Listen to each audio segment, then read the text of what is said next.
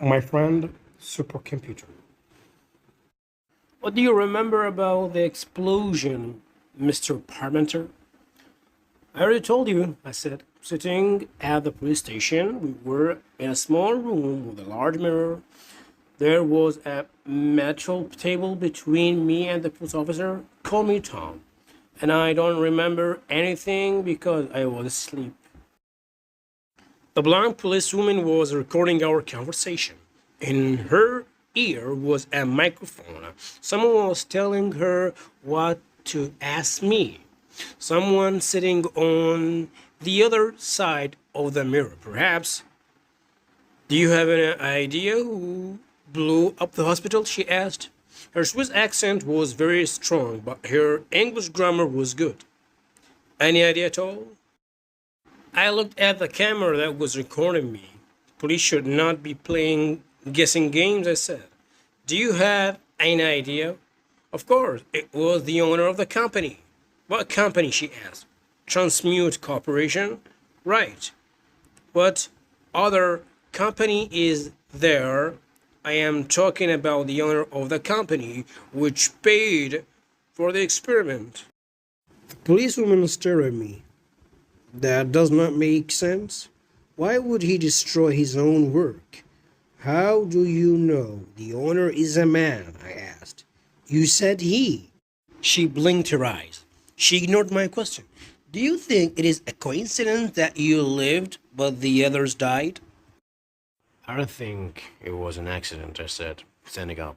I don't believe in coincidence. A bomb destroyed a whole hospital, but I lived. I believe that was on purpose. I was finished with the interview. The female officer asked me to sit down. I refused. I said, sit down, Mr. Parmenter. Call me Tom, I said, walking over to the mirror. There are 3 people sitting on the other side of this mirror. One of them works for Transmute. He's telling you what to ask me. Why do you say that? She asked, but her face told me everything I needed to know. Her expression told me the truth. I'm leaving, I said. The interview is over. Open the door. Tom, we still have some question to ask you. No, you don't. You are asking questions that you know the answers to. The door was locked. There was an electronic keypad by the door. Without thinking, I punched in the code and the door unlocked. You know who blew up the building, and you know why he did it. She did not try to stop me from leaving. Why? She asked. I turned and pointed at my head. To create me. There was a news station across town. I got in a taxi and told him to take me there. The media was happy to meet with me. We set up a fast protest conference. Many news stations and magazines sent reporters. I gave all of them a fantastic story free for charge. You don't want money for a story? They asked. It was hard for them to believe. I only want the truth to be told to the public. People must know the truth. The owner of the Transmute wanted to kill my doctor. He wanted to make it look like a terrorist attack, but it was him. But why would he do that? So the experiment would never end. It was connected to the supercomputer for many hours, much longer than I was supposed to be. My doctor, Dr. Bedouin, wanted to be careful. She wanted to download small amounts of data. But you think, I don't think.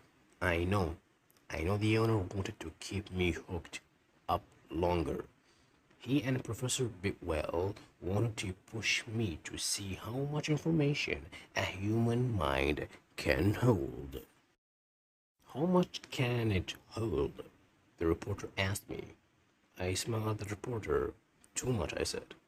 The reporter's name was Michelle James Beckett, and he was married with 1 daughter. I knew his age, his address, and his parents' names and address. I knew where he graduated college, what his grades were, and who all of his social media friends were. I told him his car's license plate number and how many traffic violations he'd gotten last year. I also told him to stop smoking. How do you know I smoke? He asked. It's in your medical files. The owner of the company was arrested. There was no proof that he had anything to do with the explosion. He even asked to meet me privately. Son, you can't go around making these wild accusations, he said, offering me a drink. Keep your drink.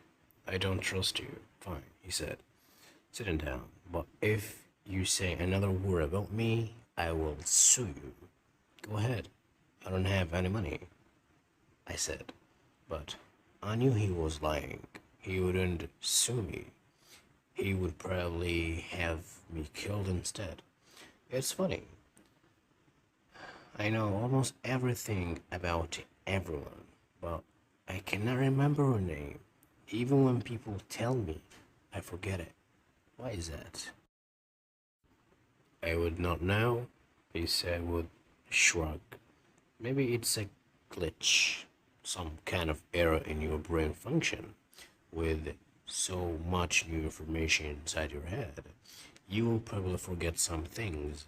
Yeah, too bad my doctor is dead, huh? Look, Tom, I told you, I had nothing to do with it. Stop blaming me. And where is Professor Bitwell? I asked. His body was never found. That's a good question, he said, as he poured a glass of water. The police told me they are looking for him. Here, at least drink some water. I looked at the glass. He really wanted me to have it. Okay, I said. Take it from him with my left hand. He stood up a little to hand it to me. I slipped my left foot behind him like a hook. With my right hand, I pushed his face as hard as I could. He tripped backward and fell hard. I jumped on him, pouring the water in his open mouth. He tried to spit it out, but I held his mouth closed. He swallowed it. His body shook for a few minutes, then stopped moving forever. Funny, I said. People always say to drink more water, but look what happens when you do.